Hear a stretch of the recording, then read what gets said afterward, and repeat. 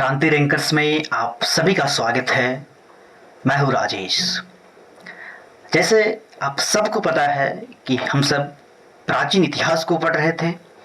प्राचीन इतिहास का आज दूसरी क्लास है। पहले क्लास में हम लोग देख चुके थे कि प्राचीन इतिहास में हमें क्या क्या पढ़ना है, और इसी क्रम में हम लोग वहाँ पे प्राचीन इतिहास का जो पहला टॉपिक है पाषाण काल, उन पे थोड़ा सा चर्चा हुआ था। लेकिन हम बोले थे कि जो अगला क्लास होगा हम लोग का, उसमें हम लोग पाषाण काल का अध्ययन विस्तृत तरीके से करेंगे। लेकिन आज का जो क्लास है कहीं न कहीं पाषाण काल से ही संबंधित क्लास है, तो आप इस क्लास को अच्छे तरीके से लेंगे ताकि मैं जब पाषाण काल का अध्ययन नेक्स्ट क्लास में करवाऊंगा तो पाषाण काल के जो टॉपिक है उनमें आपको एक अच्छी समझ विकसित हो पाए। ठीक है, अक्सर ये टॉपिक टीचर छोड़ के चलते हैं, लेकिन हो सकता है आपके एग्जाम में एक दो क्वेश्चंस पूछ दिया जाए तो आप उसको बनाने में योग्य होंगे। तो ये टॉपिक मैं उठा लिया हूं। ठीक है, और आज का जो आपका क्लास रहेगा वो बिल्कुल स्लाइड के माध्यम से आपका क्लास रहेगा। तो हम लोग बारीकी से अध्ययन करते हैं आज मानव विकास क्रम, मानव के विकास क्रम। ठीक है, इनको हम लोग आज अध्ययन करेंगे। तो आज की क्लास की शुरुआत करते हैं हम। देखो, समय का जो वैज्ञानिक वर्गीकरण है, समय का वैज्ञानिक वर्गीकरण, अब यहां पे हमें समझना है पृथ्वी का निर्माण 4.6 अरब वर्ष पहले हुआ था। कब हुआ था? पृथ्वी का निर्माण 4.6 अरब वर्ष पहले हुआ था। अब अभी तक मतलब आज से लगभग में 4.6 अरब वर्ष पहले पृथ्वी का निर्माण हुआ था। तो निर्माण से लेकर के अभी तक के कालक्रमों का यदि हमें अध्ययन करना है तो हमें उसे एक कालखंड देना पड़ेगा, छोटे छोटे कालखंडों में डिवीजन करना पड़ेगा ताकि हमें उस कालखंड के बारे में एक सटीक जानकारी प्राप्त हो सके, उनके बारे में हम अच्छे से जानकारी प्राप्त कर सके। क्या मेरी बात समझ में आ रहा है? तो देखो, इसी क्रम में वैज्ञानिकों ने जियोलॉजिकल टाइमलाइन बनाया। क्या बनाया? Geological timeline. जियोलॉजिकल टाइमलाइन में मुख्य तौर पे इनको eon, era, period, epoch, age, eon, महाकल्प, कल्प, युग और काल, ऐसे याद रखेंगे आप। इंग्लिश में ही याद रखेंगे ज्यादातर। जब मेरी सुनो तो इंग्लिश में ही याद रखो, eon, era, period, epoch, age. वैसे इंपॉर्टेंट नहीं है, लेकिन एक अच्छे समझ के लिए आपको यह जानना बहुत ही आवश्यक है। Eon, era, period, epoch, age. Eon, era, period, epoch, age. क्या मेरी बात समझ में आ रहा है आपको? अब देखो इनका अध्ययन हम लोग कैसे करेंगे। देखो, इयोन, जैसे मान के चलो 4.6 अरब वर्ष के इतिहास को बहुत सारे इयोन में बांट दिया गया है। अब इस एक इयोन को बहुत सारे एरा में बांट दिया गया है। क्या मेरी बात सुना है? कई इयोनों में बांट के हम लोग पढ़ते हैं 4.6 अरब वर्ष के इतिहास को। फिर इस इयोन को बहुत सारे एरा में बांट करके पढ़ते हैं। एक इयोन को बहुत सारे एरा में बांट दिया जाता है। फिर एक एरा को बहुत सारे पीरियड में बांट के हम लोग पढ़ते हैं, और फिर एक पीरियड को बहुत सारे इपोक में बांट के पढ़ते हैं, और एक इपोक को बहुत सारे एज में हम लोग बांट के पढ़ते हैं। क्या मेरी बात समझ में आ रहा है? तो मुख्य तौर पर यदि कहा जाए, ये जो 4.6 अरब वर्ष का इतिहास है, इनको मुख्य तौर पे यदि कहा जाए 4 भागों में बांट के हम लोग पढ़ते हैं। हार्डियन, ठीक है, आर्कियन, उसके बाद प्रोटोजोइक और फेनोजोइक। हार्डियन, आर्कियन, प्रोटोजोइक और फेनोजोइक। अब देखो यहां पे ये तीनों का अध्ययन हमें नहीं करना है। ठीक है, हम मानव के विकास क्रम को पढ़ रहे हैं ना, तो मानव का विकास क्रम किस योनि में हुआ है उनके दृष्टिकोण से हम लोग बात करेंगे। ठीक है, तो हाइडियन, आर्कियन, प्रोटोजोइक, फेनोजोइक। एक बात याद रखो, इयोन जो होता है ना, एक बहुत बड़ा कालखंड होता है जिसमें समय का निर्धारण कर पाना बहुत ही मुश्किल होता है। क्या मेरी बात समझ आ रहा है? इसलिए फिर इस इयोन को बहुत सारे एरा में बांट दिया जाता है ताकि उनमें एक सटीकता आए, ठीक है, कम समयों में हम उसका जानकारी निकाल पाए।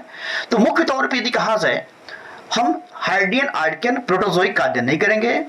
हम सब यदि फेनोजोइक इयोन की बात करेंगे। क्या किस पे बात करेंगे? फेनोजोइक इयोन पे बात करेंगे, क्योंकि मानव का जो विकास हुआ है वो फेनोजोइक इयोन में हुआ है।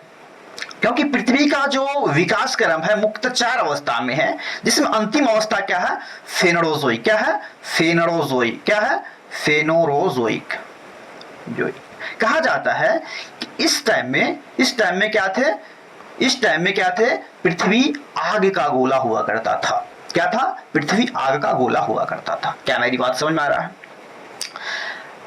फिर से ये फेनोजोइक को बहुत सारे एरा में बांट के हम लोग पढ़ते हैं, बहुत सारे महाकल्प में बांट के पढ़ते हैं, जैसे Paleozoic, Paleozoic, Paleozoic, Mesozoic, Mesozoic और सीनोजोइक,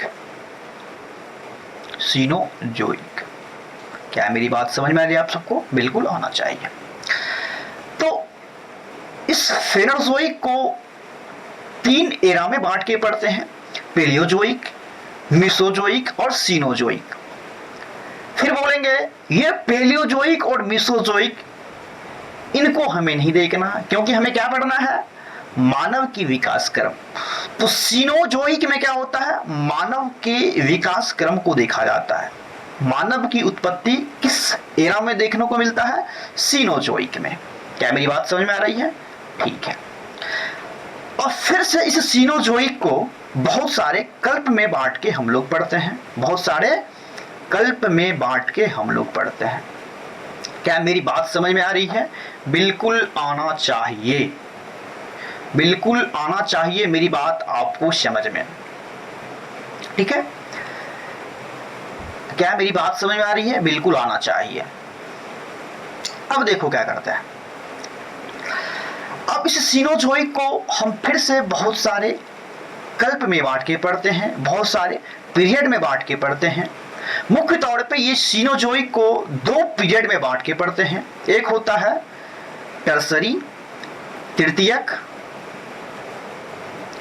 एक होता है क्वार्टनरी, चतुर्थक, ठीक है? एक होता है तृतीयक, एक होता है चतुर्थक। टर्सरी और क्वार्टनरी को हम लोग पढ़ते हैं। क्या मेरी बात समझ में आ रहा है? बिल्कुल आना चाहिए। और फिर क्या होता, देखो, इस तृतीयक को भी बहुत सारे युग में बांट के पढ़ते हैं, बहुत सारे इपोक में बांट के पढ़ते हैं, बहुत सारे इपोक में बांट के पढ़ते हैं। और इस चतुर्थक को भी बहुत सारे इपोक में बांट के हम लोग पढ़ते हैं। क्या मेरी बात समझ में आ रहा है? बिल्कुल आना चाहिए। जैसे मान के चलो, तृतीयक में हम लोग जैसे मियोसीन को पढ़ते हैं, मियोसीन को पढ़ते हैं। देखो ये सारा चीज आपको जब मैं आगे का स्लाइड दिखाऊंगा तो ये सारा चीज वहां पर देखने को मिलेगा, इसलिए थोड़ा सा कॉन्सेप्ट बना के रखिएगा। मियोसीन है, पेलियोसीन है, पेलियोसीन है, मियोसीन है, पेलियोसीन है, उसके बाद प्लिस्टोसीन है, प्लिस्टोसीन है, प्लिस्टोसीन है, ठीक है? बहुत सारा है इसमें। मियोसीन, पैलियोसीन, प्लिस्टोसीन, ये तीनों इंपॉर्टेंट है, ठीक है? Miocene, Palaeocene, Pleistocene. चतुर्थक यानी क्वार्टनरी को भी हम बहुत सारे युग में बांट के पढ़ते हैं। जैसे मैं दिखाता हूं, क्वार्टनरी जैसे हो गया, मुख्य तौर पर यदि देखा जाए तो हम क्या बोलते हैं इसको? होलोसीन, होलोसीन, ठीक है? इसमें होलोसीन होता है और इसी होलोसीन में अभी वर्तमान में हम सब हैं। क्या मेरी बात समझ में आ रहा है? और इसी होलोसीन में जो आता है, इसी होलोसीन में क्या आता है बताओ? पाषाण काल आता है। क्या आता है? पाषाण काल आता है। क्या आता है? पाषाण काल आता है। अब देखो एक एक करके हम लोग बात करते हैं, थोड़ा सा इसमें बहुत कुछ इंपॉर्टेंट चीज है, इस पे हम लोग थोड़ा थोड़ा करके बात करते हैं। हमने क्या किया? इयोन को बहुत सारे एरा में बांट के पढ़ा, फिर एरा को हमने पीरियड में बांटा, पीरियड को इपोक में बांटा, इपोक को फिर हमने एज में बांटा। हम लोग जिस इयोन में हैं उसका नाम है फेनोजोइक। क्या नाम है इसका? फेनोजोइक। फिर फेनोजोइक का हमने डिवीजन किया एरा में, पेलियोजोइक, मीसोजोइक, सीनोजोइक। तो हम लोग जिस एरा में मानव की उत्पत्ति जिस एरा में हुई है उसका नाम क्या है? सीनोजोइक। क्या मेरी बात समझ आ रहा है? बिल्कुल आना चाहिए। फिर हम सीनोजोइक को दो पीरियड में बांट के पढ़े हैं, टर्सरी पीरियड और क्वार्टरनरी पीरियड, तृतीयक पीरियड और चतुर्थक पीरियड में बांट के पढ़ते हैं। फिर इस तृतीयक और चतुर्थक पीरियड को बहुत सारे इपोक में बांट के पढ़ते हैं, युग में बांट के पढ़ते हैं। जैसे तृतीयक में मियोसीन, पेलियोसीन, प्लेस्टोसीन, चतुर्थक में होलोसीन। अब देखो यहां पे मैं एक दो क्वेश्चंस करवाता हूं। इसी प्लेस्टोसीन में, इस प्लेस्टोसीन युग में ही मानव के उत्पत्ति का साक्ष्य मिला है। जो मानव है, मैं आधुनिक मानव की बात नहीं कर रहा हूं, मानव की उत्पत्ति की बात किस में आती है? प्लेस्टोसीन इपोक में, प्लेस्टोसीन युग में आती है। ठीक है। आधुनिक मानव की यदि बात करें इस होलोसीन में, किसमें? होलोसीन में। और वर्तमान समय में ये होलोसीन युग ही चल रहा है। क्या मेरी बात समझ में आ रहा है? बिल्कुल आना चाहिए। क्या ये सारा चीज आपको समझ में आ गया ना? बिल्कुल आना चाहिए। अब यहां पे नोट में देखो क्या लिखा हुआ है। मानव का उदय सीनोजोइक एरा, सीनोजोइक, क्या सीनोजोइक एरा में हुआ है? नहीं, सीनोजोइक किस में हुआ है बताओ? अभी क्या लिखा थे? सीनोजोइक, क्या? हाँ सही है, सीनोजोइक एरा में हुआ है, बिल्कुल हुआ है, एरा है।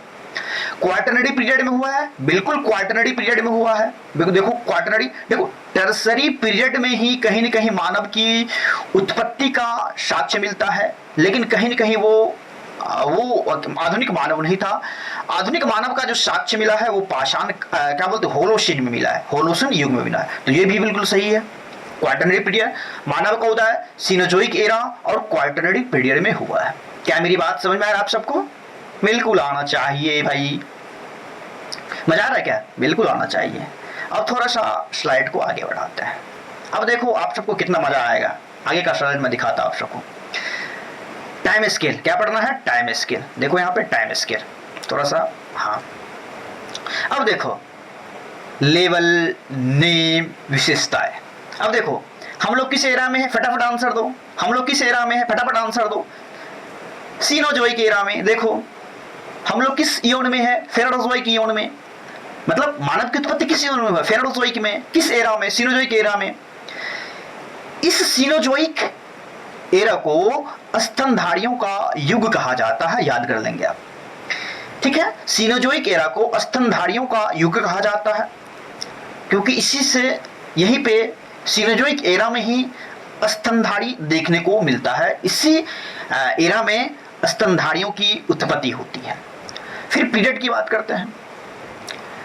मानव की उत्पत्ति किस पीरियड में हुई है? क्वार्टरनरी पीरियड में हुई है। क्वार्टरनरी पीरियड में हुई है। चतुर्थक युग में मानव का विकास का मुख्य काल कहां पे है? Quaternary period. इयोन कौन सा बताओ? फेनोजोइक। एरा कौन सा? सीनोजोइक। पीरियड कौन सा? क्वार्टरनरी भाई, चतुर्थक। मानव के विकास का मुख्य काल यही होता है। अब इपोक, हम फिर क्या बोले थे? जो इपोक है, टर्सरी है, उसके बाद टर्सरी है और क्या था बताओ? क्वार्टरनरी था। तो टर्सरी में हम लोग क्या देखे थे बताओ? टर्सरी में क्या देखे थे हम लोग? मियोसीन, उसके बाद प्लियोसीन, प्लेस्टोसीन, हम लोग देखे थे ना। तो टर्सरी के जो इपोक है प्लेस्टोसीन, इसको हिम युग भी कहा जाता है, आइस एज भी कहा जाता है। और यहीं पे पहली बार मानव की प्रजाति देखने को मिलता है। होम वंश का उदय यहीं पे देखने को मिलता है। मानव की प्रजाति, ना कि आधुनिक मानव, हम क्या बोले, मानव की प्रजाति सबसे पहले प्लेस्टोसीन युग में देखने को मिलता है, जो किसके पार्ट है? किस पीरियड के पार्ट है? टर्सरी के। क्या मेरी बात समझ आ रहा है? बिल्कुल आना चाहिए। अब देखो इपोक, हम किस में बांटे थे इसको बताओ? क्वार्टरनरी का एक इपोक है जिसका नाम क्या है, होलोसीन। पहले वाले जो स्लाइड था उनको आप बढ़िया से अध्ययन करेंगे तो ये सारा चीज आपको समझ में आ जाएगा। अभी वर्तमान समय क्या चल रहा है, होलोसीन चल रहा है, वर्तमान काल चल रहा है। इसी में आधुनिक मानव निएंडरथैल, इसी में इनकी उत्पत्ति देखने को मिलता है। क्या मेरी बात समझ में आ रहा है? बिल्कुल आना चाहिए मेरे भाई। क्या नेक्स्ट स्लाइड लिया जाए? ठीक है। अब देखो यहाँ पे, बस अब देखो यहाँ पे बहुत सारा चीज है। जो मानव की विकास क्रम है, जो मानव की प्रजाति है, वो पहला निकल के आता है रामापिथेकस। एक बार हम लोग चर्चा करते हैं रामापिथेकस, ठीक है। जैसे रामापिथेकस होता है, उसके बाद ऑस्ट्रेलोपिथेकस होता है, इसी तरह से एक होता है पैंथोक्रिथिपस होता है, उसी तरह से निएंडरथैल होता है, इसी तरह से सबसे जो आधुनिक मानव होते हैं वो क्या होते हैं बताओ, होमोसेपियंस होते हैं, ठीक है। आधुनिक मानव की जो प्रजाति है वो क्या है, होमोसेपियंस। तो हम सबसे पहले रामापिथेकस के बारे में चर्चा करते हैं। देखो रामापिथेकस किस काल में, ये प्रजाति कब आया था, मियोसीन काल में इसकी उत्पत्ति होती है। अब बताता हूं, मियोसीन काल है बताओ, जो मियोसीन काल है वो किस पीरियड के, क्वाटरनरी या टर्सरी, ठीक है। मियोसीन काल किसके हैं, टर्सरी के। मियोसीन काल के कहां के हैं, टर्सरी के। तो रामापिथेकस कब आया है, मियोसीन में, ठीक है।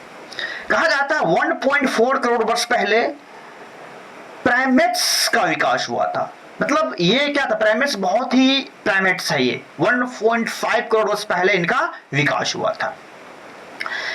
अब इसमें क्या था देखो, कि जैसे सबसे पहले प्रजातियों का उदय जंगल में हुआ, तो मुख्य तौर पे यदि ये देखा जाए 1.5 करोड़ वर्ष पहले जो प्रजाति पेड़ पे रहने लगे, जो वानर कहलाए, इनको हम लोग क्या बोल दिए, ड्राइपिथेकस। क्या बोलते हैं, ड्राइपिथेकस।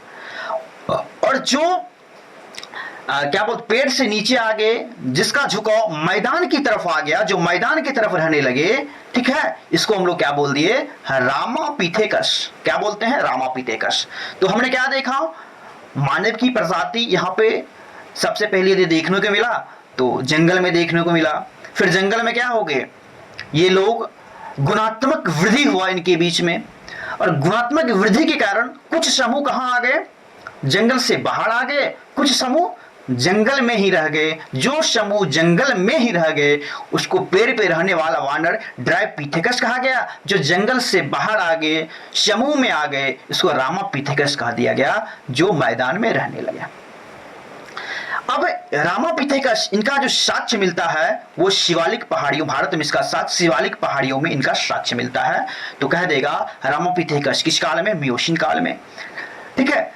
ये दो जो ड्राइपिथेकस, एक होता है रामापिथेकस, ठीक है।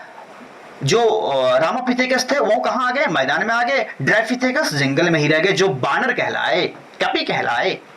क्या मेरी बात समझ में आ रहा है ना यार? बहुत स्मूथली तरीके से मैं क्लास ले रहा हूँ, ठीक है। मेरी क्लास तो आप करते जाइए। मैं फिर से आपको बोलता हूँ, ये क्लास आपको इतने सरल तरीके से इतिहास में पढ़ा दूंगा आपको कि आप इतिहास में एकदम पूरा कंफर्ट फील करेंगे, ठीक है। इसलिए क्लास को करते जाइए। अब हम लोग नेक्स्ट स्लाइड ले लेते हैं। चलो, अब यहाँ पे क्या होता है, एक होता, ये है शायद ऑस्ट्रेलोपिथेकस। क्या है, अब थोड़ा सा इनको देख ले। ऑस्ट्रेलोपिथेकस क्या है, ऑस्ट्रेलोपिथेकस, हाँ ऑस्ट्रेलोपिथेकस नाम। पहले क्या देखे थे हम लोग, डायपिथेकस, रामापिथेकस, फिर ऑस्ट्रेलोपिथेकस। रामापिथेकस आगे चल करके उसका जो विकास मतलब विकास वाला रूप है वो ऑस्ट्रेलोपिथेकस है, सीधा खरा मानव। उसमें क्या था ना, जैसे जो रामापिथेकस था वो मतलब क्या था ना, कि जैसे उसमें ड्राइपिथेकस एक था, क्या रामापिथेकस। जो ड्राइपिथेकस थे वो अभी तक हाथों से मुक्त नहीं हुए थे, जो जंगल में रहने वाले लोग थे। लेकिन रामापिथेकस क्या हो गया था ना, वो हाथों से मुक्त हो गए थे, लेकिन फिर भी उसका कमर थोड़ा सा झुका हुआ था। क्या मेरी बात समझ में आ गया? लेकिन वो हाथों से काम मुक्त हो चुके थे, वो चलने में हाथ का सहारा नहीं लेते थे। कौन?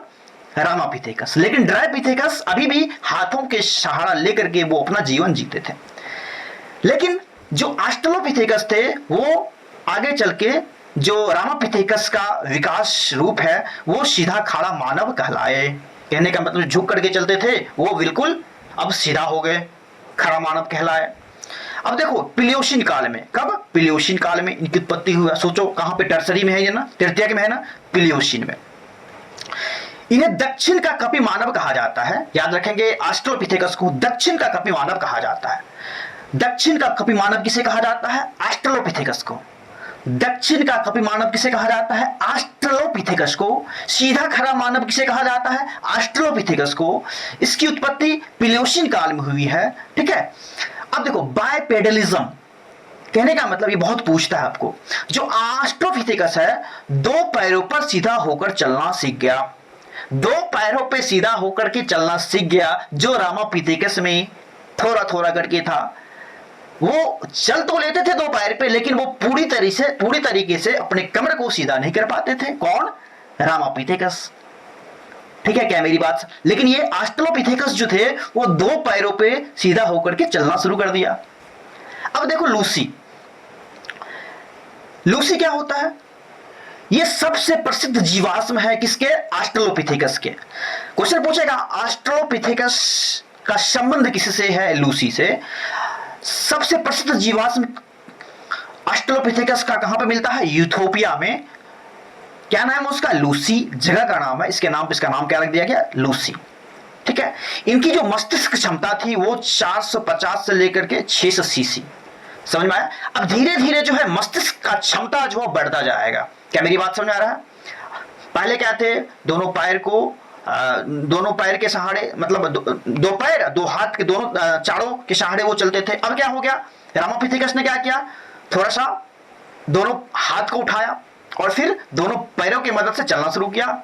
लेकिन जैसे ऑस्ट्रेलोपिथेकस आया पूरी तरीके से खड़ा हो गया और वो दोनों हाथों से मुक्त हो गया और सीधा खड़ा होकर के चलना शुरू कर दिया। क्या मेरी बात तो समझ में आ गया ना? बताओ, क्या मेरी बात समझ में आ गया? और इसके मस्तिष्क जो है रामापिथेकस से कहीं ना कहीं उसकी मस्तिष्क की जो क्षमता थी वो कहीं ना कहीं ज्यादा थी। क्या मेरी बात समझ में आ रहा है? बताओ। बिल्कुल आना चाहिए। अब थोड़ा सा बात कर लेते हैं, आ गया।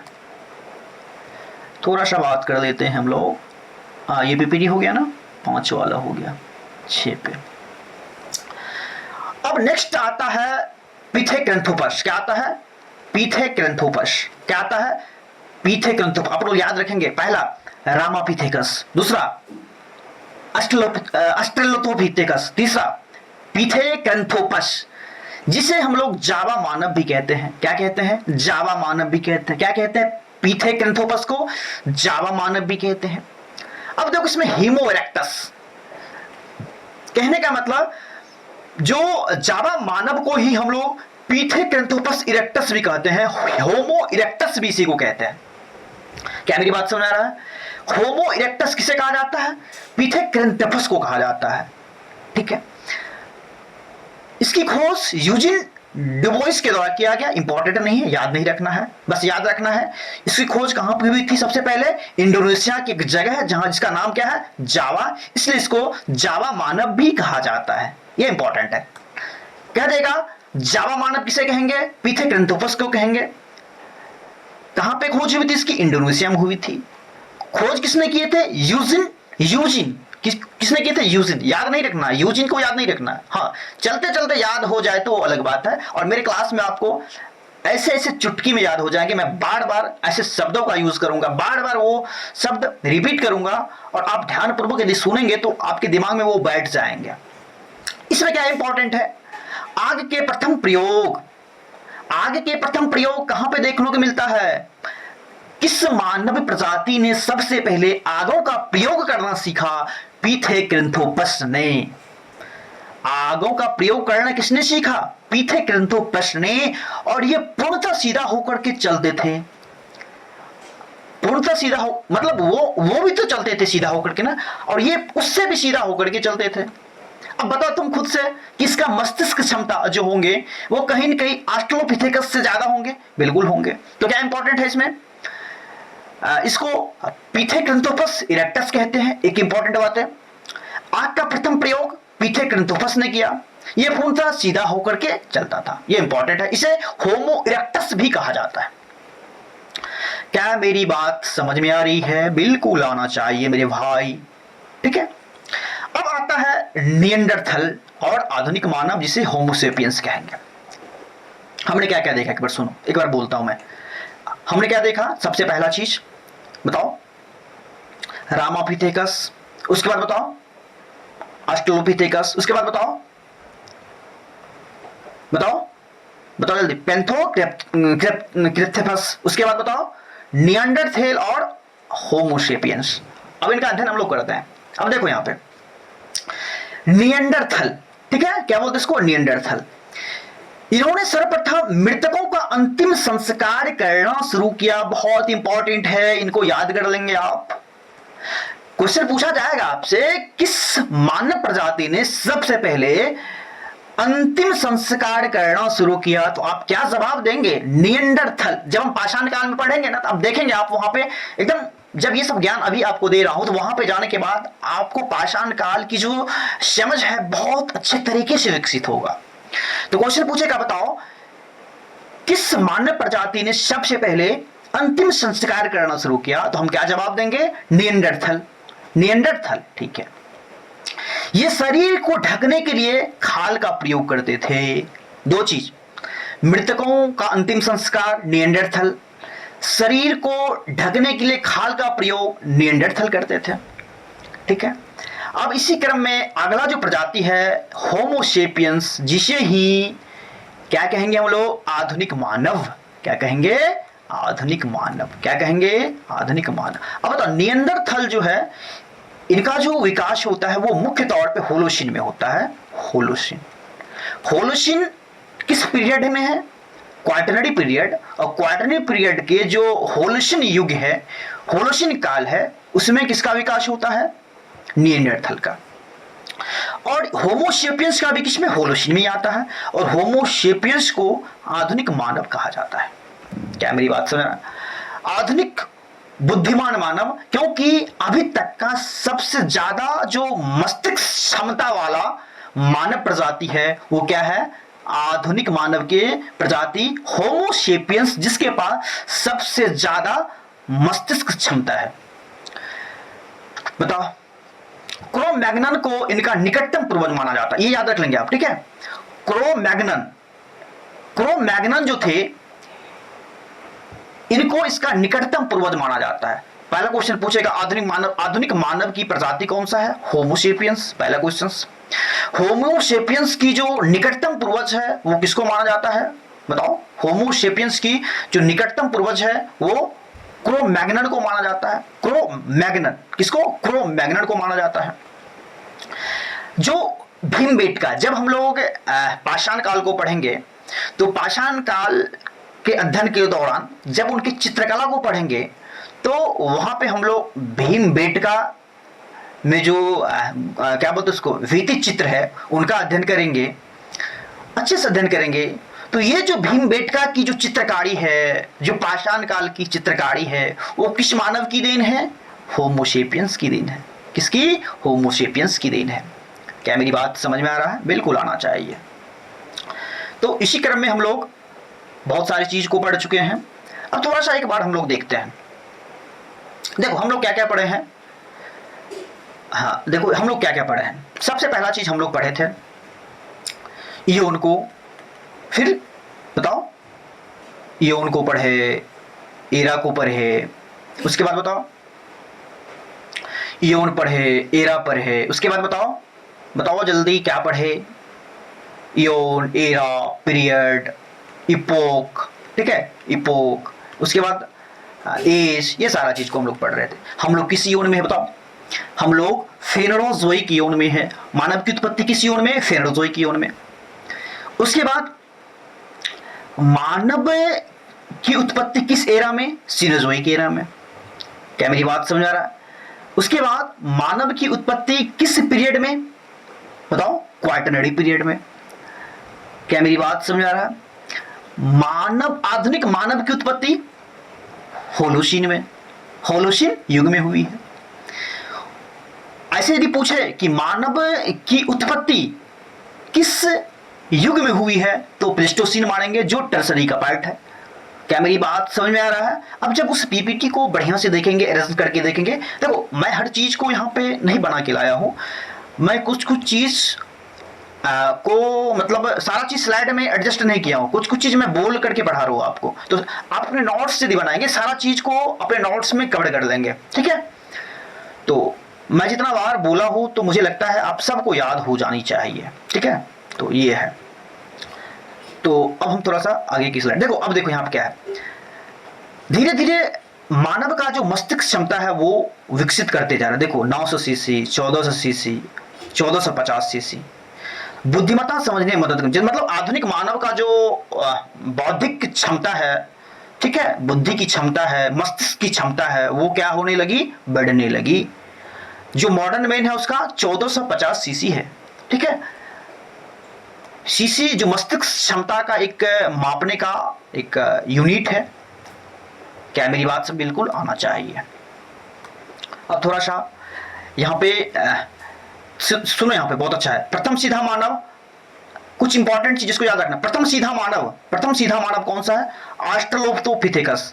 प्रथम सीधा मानव ऑस्ट्रलोपिथेकस। आज की खोज होमो इरेक्टस, जिसको हम लोग क्या बोले थे बताओ, होमो इरेक्टस को क्या बोले थे बताओ जल्दी, होमो इरेक्टस को क्या बोले थे, अभी हम बताए थे, जल्दी देखो यहाँ पे क्या है, होमो इरेक्टस को क्या बोले थे, जल्दी बताओ। नेक्स्ट पेज 6 वाला पे देखो, होमो इरेक्टस क्या बोलते थे, पीथेक्रैंथोपस, पीथेक्रैंथोपस, पीथेक्रैंथोपस। तो अब आ जाओ उस पे, फिर कहां थे हम लोग, हाँ देखो आज की खोज कहां पे हुई थी, पीथेक्रैंथोपस, जिसे हम लोग होमो इरेक्टस भी कहते हैं। प्रथम औजार निर्माता हैबिलिस, याद रख लेना इसको, बस याद रख लेना इसको। प्रथम औजार निर्माता जो थे वो हैबिलिस थे। क्या थे, हैबिलिस। क्या थे, हैबिलिस। अंतिम संस्कार कहां देखने को मिलता है पहली बार, निएंडरथल में। निएंडरथल में किस युग में बताओ, निएंडरथल होलोशीन युग में। चित्रकारी सर्वप्रथम होमोसेपियंस भीमबेटका, ठीक है। कपाल क्षमता 900 सीसी किसका था, जावा मानव। बोलो जावा मानव को क्या बोलेंगे, ऑस्ट्रलोपिथेकस, ये ना, ठीक है। मानव का एरा कौन सा है, सीनोजोइक एरा है। मानव का इपोक कौन है, प्लेस्टोसीन है। देखो प्लेस्टोसीन में मानव का जो मानव की उत्पत्ति कहां कब होती है, प्लेस्टोसीन में। लेकिन आधुनिक मानव यदि पूछते वो कहां होती है, होलोसीन में। क्या मेरी बात समझ रहा है? तो ये सारी चीज को आप लोग को पढ़ लेना है, याद कर लेना है, ज्यादा कुछ बड़ी चीज नहीं है। बस आप इस चीज को करेंगे तो बार बार देखने से ये याद हो जाएगा, ठीक है। बाद बाकी शिक्षा ही क्रांति है। आशा है ये लेक्चर आपकी सफलता का आधार बनेगा। सब्सक्राइब कर लीजिएगा क्रांति रैंकर्स एकेडमी को, जो हम मेरे द्वारा संचालित किया जाता है इस क्रांति रैंकर्स को। तो आप सब इस क्रांति रैंकर्स से जरूर जुड़ जाए। यदि आप सब हमारे साथ जुड़ते हैं तो मैं इस तरह का क्लास आप सबके बीच में रेगुलर लेकर के आऊंगा और इसी तरीके से हर एक विषय को रखने का काम करूंगा, चाहे हिस्ट्री हो, चाहे पॉलिटी हो, चाहे इकोनॉमिक्स हो, चाहे ज्योग्राफी के सेक्शन हो, चाहे पॉलिटिकल, चाहे फिजिकल ज्योग्राफी हो, चाहे वो क्या वो वर्ल्ड ज्योग्राफी हो, चाहे वो इंडियन ज्योग्राफी हो, हर वो चीज मैं आप सबके बीच में रखूंगा, ठीक है। फिजिक्स हो, केमिस्ट्री, साइंस के पार्ट भी रखूंगा, उसके बाद कल्चर के पार्ट भी रख दूंगा। मतलब जितने जीएस के पार्ट है सारा चीज मैं कवर करवा दूंगा। बट आप सब थोड़ा सा मेरे प्रति प्यार दिखाइए, चैनल को सब्सक्राइब जरूर कीजिए। और मैं एक न्यू प्लान लेकर के आया हूं। जैसे अभी इस टॉपिक को हम लोग पढ़े हैं, कल हम लोग क्या करेंगे, अगला जो क्लास होगा इस टॉपिक पे हम लोग 50 क्वेश्चन लेकर के आएंगे। कितने क्वेश्चंस, 50 क्वेश्चन लेकर के आएंगे और 50 क्वेश्चंस को करेंगे, ठीक है। 50 क्वेश्चंस को करेंगे ताकि जो चीज हम पढ़े हैं वो क्वेश्चंस करने के बाद हमारे अंदर एक कॉन्फिडेंस पैदा होगा, ठीक है। और हमें आगे पढ़ने के लिए ये मोटिवेट करेगा। तो हर एक टॉपिक को खत्म करते ही हम लोग कुछ PYQ लेकर के आ जाएंगे, जो हमें इस क्लास में ही करवा दिया जाएगा। आपको कोई टेंशन मत लीजिए, इसी क्लास में आपको PYQ करवा दिया जाएगा। तो कैसा रहा आप सबका क्लास? ये क्लास कैसा रहा? आप सभी बच्चे ज़रूर कमेंट कीजिएगा, ठीक है? ज़्यादा से ज़्यादा कमेंट कीजिएगा, ज़्यादा से ज़्यादा इस क्लास को लाइक कीजिएगा। बाद बाकी मैं क्या ही बोलूँगा।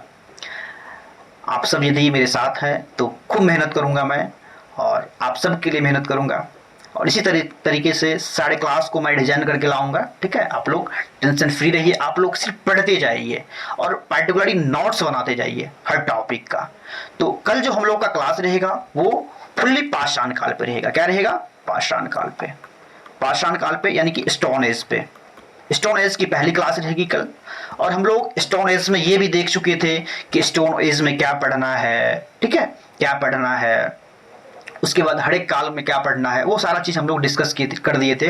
और थोड़ा सा हम लोग टाइमलाइन को भी देख चुके थे, जो पूर्व पाषाण काल, मध्य पाषाण काल, नव पाषाण काल का जो एक टाइमलाइन है वो हम लोग देख चुके थे। लेकिन फिर भी हम कल इसको फिर से क्लास में लेंगे, ठीक है? और बढ़िया से पढ़ेंगे। अंत में ही बोलेंगे कि खूब मेहनत कीजिए, खूब मेहनत कीजिए, ठीक है? और एक चीज़ मैं इस क्लास में एक चीज़ क्लियर कर दूँ, ये क्लास वैसे स्टूडेंट के लिए है जो बिल्कुल बिगिनर है। ये क्लास वैसे बच्चों के लिए नहीं है जिसका एग्जाम 2-4 महीने के बाद है, ठीक है? वो ऐसे बच्चे के लिए ये क्लास नहीं है। ये बिल्कुल फाउंडेशन क्लासेस है, हर वो चीज़ कवर कराया जाएगा इसमें। जिसका मान के चलो नहीं बिगिनर बच्चे, जैसे मान के चलो कोई 12th पास करके आया है, वो कंपटीशन के क्षेत्र में अपना कदम रखना चाहता है, तो ये जिसके पास 1-2 साल का समय है अभी, वो बढ़िया से GS में मास्टर बनना चाहते हैं, तो वो इस क्लास को जरूर करें। बिगिनर बच्चे के लिए क्लास है, बिगिनर बच्चे इसको जरूर कर ले, क्योंकि ये फाउंडेशन क्लास है और फ्री में संचालित की जा रही है आपके यूट्यूब चैनल क्रांति रैंकर्स पे। तो आप इस क्लास से जरूर जुड़ जाए, ठीक है? अंत में यही बोलेंगे, कहते हैं ना कि बस कर्म तुम्हारा कल होगा, कर्म में अगर सच्चाई है तो कर्म कहाँ निष्फल होगा, हर एक संकट का हल होगा, वो आज नहीं तो कल होगा। अरे लोहा जितना तपता है उतनी ही ताकत बढ़ता है, सोने को जितनी आग लगे उतना प्रखर निखरता है। सोने जैसा बनना है, नदियों जैसे बनना है, क्या बोलते उसको? आगे आप लोग बोल दीजिएगा, क्या बोलते उसको? सूरज जैसा बनना है, नदियों जैसा बनना है। आगे आप सब इसको ध्यान रखेंगे, ठीक है? ज़्यादा बात नहीं करूँगा। चलिए, बहुत बहुत धन्यवाद, ठीक है? आज की क्लास को यहीं पे समाप्त किया जाए। आप सभी को बहुत बहुत धन्यवाद।